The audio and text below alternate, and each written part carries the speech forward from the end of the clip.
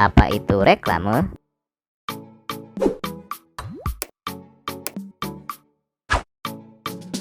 Kali ini kita akan membahas materi tematik kelas 6 SD tema 8 tentang menyajikan informasi dalam bentuk visual.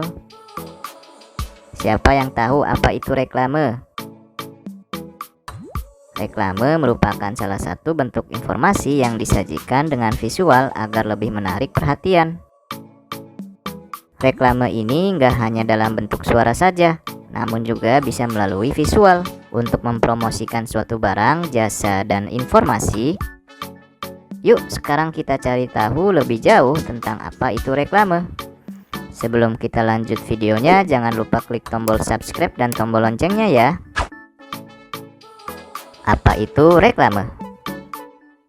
Reklame merupakan sebuah media yang digunakan untuk menyampaikan informasi secara singkat pada khalayak. Selain lewat tulisan yang dicetak dan melalui suara, reklame juga bisa dibuat dengan mempertimbangkan visual. Sehingga hal ini akan membuat masyarakat jadi tertarik dan memerhatikan informasi yang disampaikan. Apa fungsi reklame?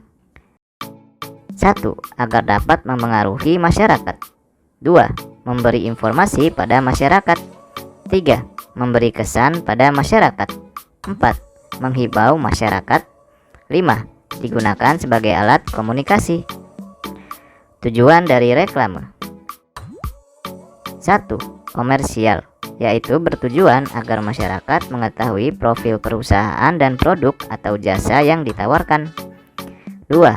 Non-komersial, yang bertujuan agar masyarakat dapat mengikuti pesan yang disampaikan. Reklame ini dibuat oleh lembaga pemerintahan untuk mengimbau layanan masyarakat. Ciri-ciri reklame. 1. Dapat menyampaikan informasi yang jujur. 2. Menggunakan bahasa yang singkat, jelas, dan padat. 3. Tulisan dan gambar dibuat semenarik mungkin. 4. Dilakukan secara berulang agar memberi kesan pada masyarakat. Nah, itulah pengertian fungsi hingga ciri-ciri dan reklame. Sekarang kita cari tahu apa itu proposal. Apa itu proposal dan jenis-jenisnya?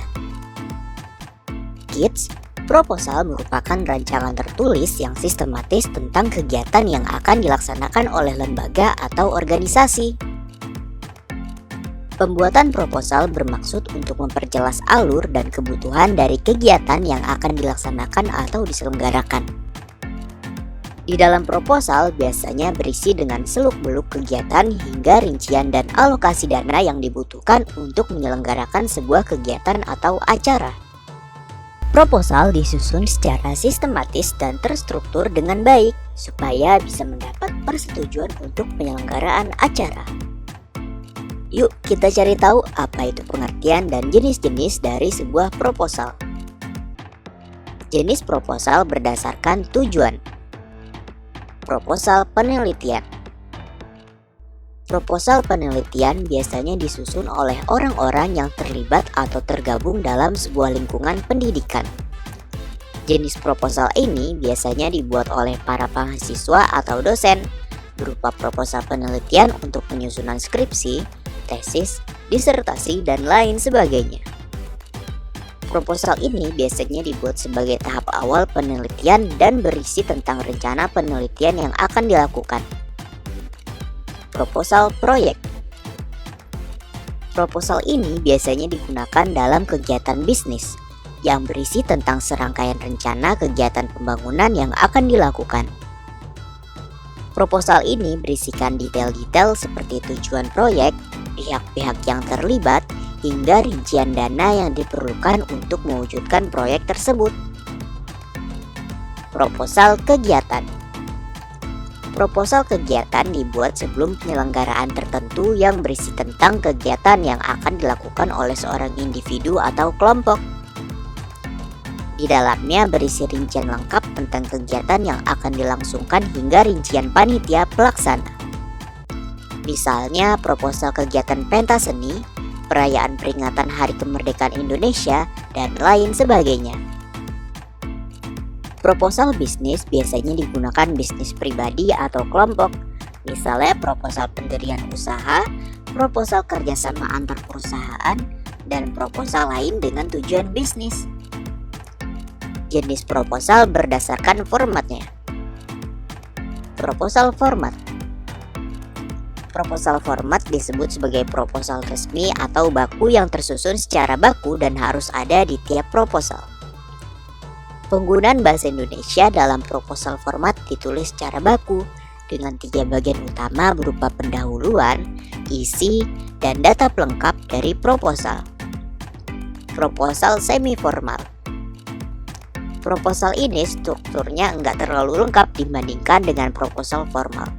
Meski nggak selengkap proposal formal, jenis proposal ini masih menggunakan bahasa yang baku. Proposal non-formal. Jenis proposal ini lebih fleksibel dari jenis proposal lainnya. Karena nggak memiliki struktur resmi atau baku, proposal ini dibuat dalam bentuk memorandum atau surat. Nah kids, itulah penjelasan tentang proposal dan kegunaannya dalam penyusunan kegiatan atau acara. Penyusunan proposal bertujuan untuk menyampaikan sebuah rencana kegiatan pada pihak lain. Pihak yang jadi tujuan pembuatan proposal merupakan pihak yang berpotensi menjadi sponsor yang membantu pendanaan kegiatan atau pihak berwenang yang bisa menyetujui atau memberikan perizinan untuk penyelenggaraan kegiatan.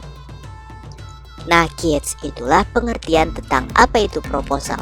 Sekarang kita cari tahu tentang berbagai jenis dongeng yuk.